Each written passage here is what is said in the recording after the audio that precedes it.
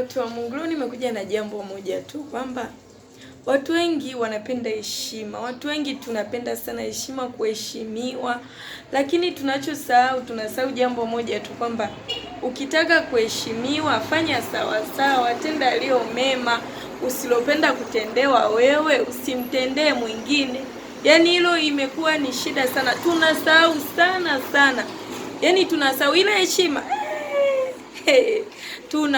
Tunapenda huyu atusifu, yule atusifu, ukipita hapo upongezwe, ila tunasahau kabisa kwamba heshima inakuja kwa yale unayoyafanya, yaani yale mema unayoyafanya, unaowafanyia watu ambalo wewe upendi kutendewa na hivyo hapo upendi kumtendea mwingine.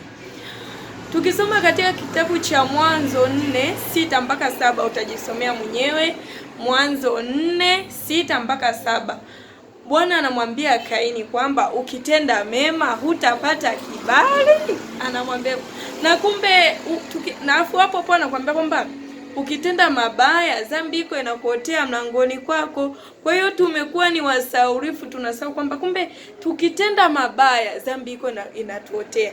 Tukitenda mema tutapata kibali. Kwa hiyo unayetaka kuheshimiwa, unayetaka watu wakuone yani wewe ni mzuri, ni wa namna gani, sifa zote njema unayetaka. Kwa hiyo tenda mema, ukitenda mema tutakuheshimu, yani hiyo ni lazima. Yaani lazima, taka usitake, ukitenda mema tutakuheshimu.